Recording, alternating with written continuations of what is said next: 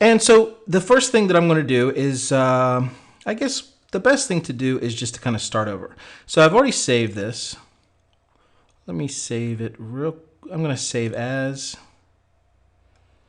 and I'll do disintegration, this skill share 2, just so we're working with a new file. Save.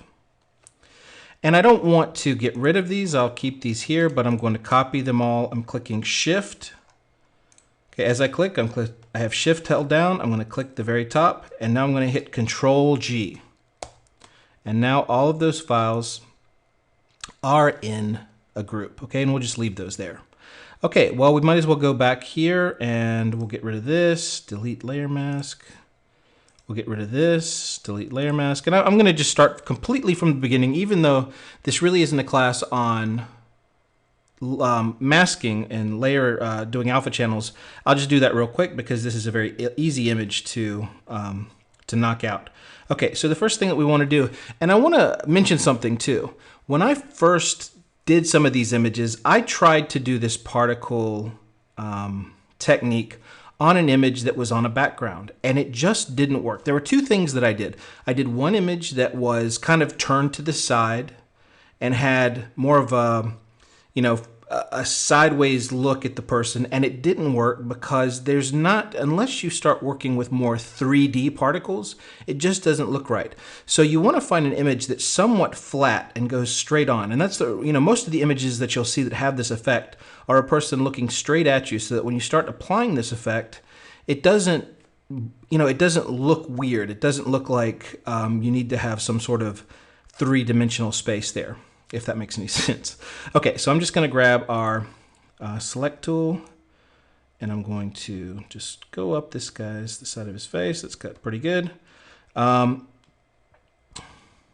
This isn't really a class on selections, so if you don't know that, then take the selections class or take my Learn Photoshop in 1 hour class, because we go through selections. You know what? This is taking too long. We don't have time for this. I'm just going to do the magic wand tool. And I'm hitting the Shift key so I get that little plus. And yeah, this is going to be much faster because this is a very large image. As you can see on the bottom, this is only the 25%. So Control Z, plus. I'll just do this by hand in a second. Plus. Not too much. Plus. Okay, there we go. Pretty good, not bad. All right, there we go. I'm just hitting down the plus key. And I can hit plus here again, plus here.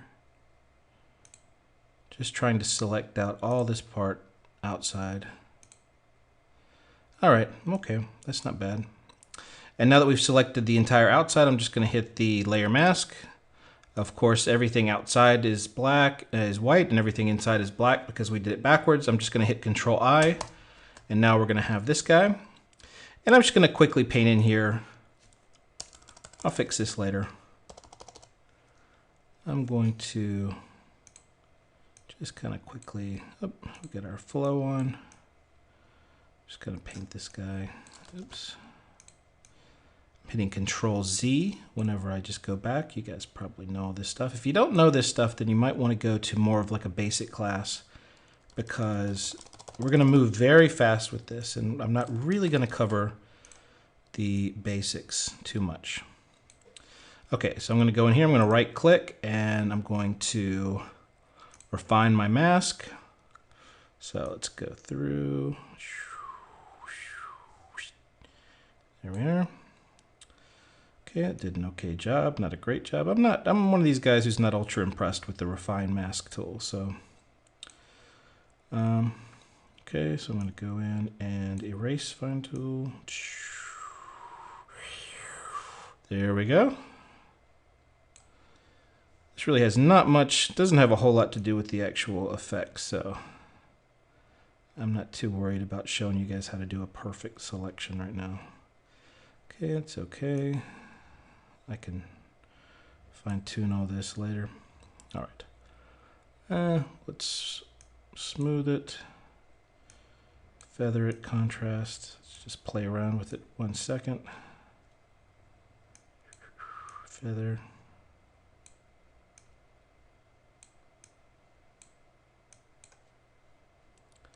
Okay, it's a little too much feathering. Too much on the feathering. We're going to do the contrast a little bit.